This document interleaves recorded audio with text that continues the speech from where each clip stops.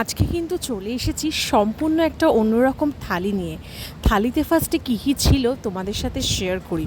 নিয়েছিলাম এরকম আম দিয়ে টক ডাল, তার সঙ্গে ছিল মোচার ঘন্ট, তার সঙ্গে ছিল হচ্ছে চিংড়ি মাছ দিয়ে কচুর লতি, আর ছিল ট্যাংরা মাছের ঝোল। কিন্তু থালিটা ছিল কলা পাতায়, তাই জন্য কলা পাতায় প্রথমেই এরকম দিয়ে দিল ভাত, যেটা কী সুন্দর বালতি করে এনেছিল। আর তোমাদের একটুখানি আশপাশের পরিবেশটা দেখাই, অনেকটা এরকম ছিল। এটা হচ্ছে এখানকার মেনু কার্ড, যেটা আমি তো বুঝতে পারিনি কত দাম বা কী। যাই হোক, চলো খাওয়া দাওয়া শুরু করা যাক। ফার্স্টেই খাবো হচ্ছে এরকম মোচার ঘন্ট দিয়ে। মোচার ঘন্টটা কিন্তু বেশ অনেকটা ছিল পরিমাণে, যার জন্য কিন্তু আমরা একটাই নিয়েছিলাম। নেওয়ার আগে জিজ্ঞাসা করে নিয়েছিলাম কোয়ান্টিটি কেমন থাকবে। আর আমাদের তেমন একটা খুব খিদে ছিল না, বিকজ গরম অনেক ছিল, জাস্ট খাওয়ার জন্য। তাই জন্য আমরা একটা থালি নিয়ে দুজনে শেয়ার করে নিয়েছিলাম। মোচা কিন্তু ঠিকঠাকই ছিল, অতটা ভালোও ছিল না। আর এটা ছিল হচ্ছে কচুর লতি, তাও হচ্ছে চিংড়ি মাছ দিয়ে। দেখা যাক এটা কেমন, মানে দেখে তো অনেকটা রিচ মনে হচ্ছিল, মানে তেলের পরিমাণটা অনেকটাই বেশি ছিল। আশা করি তোমরাও কালারটা দেখলে বুঝতেই পারছো। অ্যাভারেজ ছিল, মোটামুটি ছিল। আমার কেমন একটা যেন টক টক ফ্লেভার আসছিল, জানি না কেন, আমার তো লাগছিল। আর এটা কিন্তু ছিল মাছের ডিমের বড়া। যাই হোক, কচু লতিতে কিন্তু চিংড়ি মাছ বেশ অনেকগুলো ছিল। আর এমনি বেশ ভালো করে কষে কষে রান্না করা হয়েছে, কিন্তু আমার একটু হলেও যেমন নোনতা নোনতা কেমন একটা লাগলো। আর এটা কিন্তু ছিল হচ্ছে টক ডাল, যেটা হচ্ছে আম দিয়ে ডাল। আম দিয়ে ডালের সঙ্গে নিয়েছিলাম এরকম মাছের ডিমের বড়া, যেটা কিন্তু ছিল রুই মাছের ডিমের বড়া। চলো একটুখানি মাছের ডিমের বড়া দিয়ে ডালটা একটুখানি মেখে খেয়ে দেখা যাক।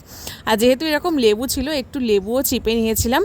গরম কিন্তু সাংঘাতিক ছিল, যার জন্য ভীষণ কষ্ট হচ্ছিল। মানে হয় না যে শান্তি করে খাওয়া, সেই খাওয়াটা যেন খেতে পাচ্ছিলাম না। আর এনাদের কিন্তু এখানে কোনো এসি নেই, পুরোটাই নন এসি, যার জন্য প্রচণ্ড গরম লাগছিল। তবে হ্যাঁ, খাওয়া দাওয়া কলা পাতায় ছিল, আর রান্না খুব একটা খারাপ ছিল না, মোটামুটি ছিল।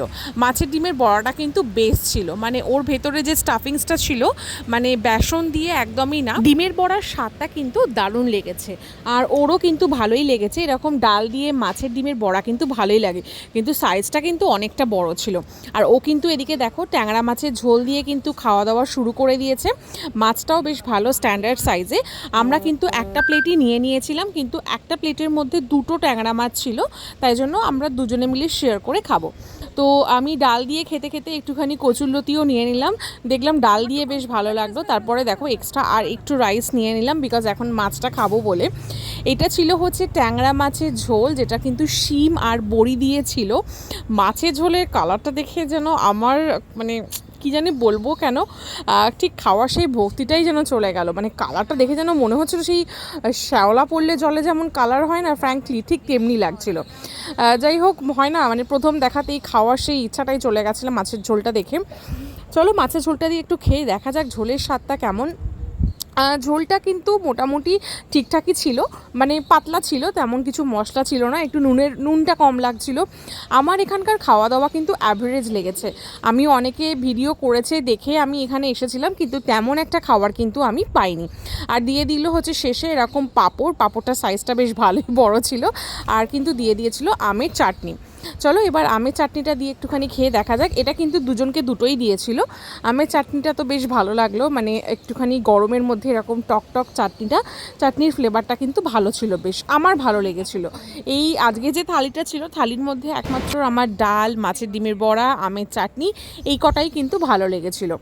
যাই হোক, তোমাদের ভিডিওটা কেমন লাগলো অবশ্যই কমেন্ট করে জানিও। আর তোমরা যদি এখানে কেউ গিয়ে থাকো, তোমাদের খাবারের কেমন এক্সপিরিয়েন্স সেটাও কিন্তু আমাকে জানিও। আমার অ্যাভারেজ লেগেছে। আর এটা কিন্তু হচ্ছে হোটেল তরুণ নিকেতন, যেটা কিন্তু হচ্ছে সাউথ কলকাতায়। তো চলো আজকের জন্য টাটা, দেখা হবে একটা নতুন ভিডিওর সাথে।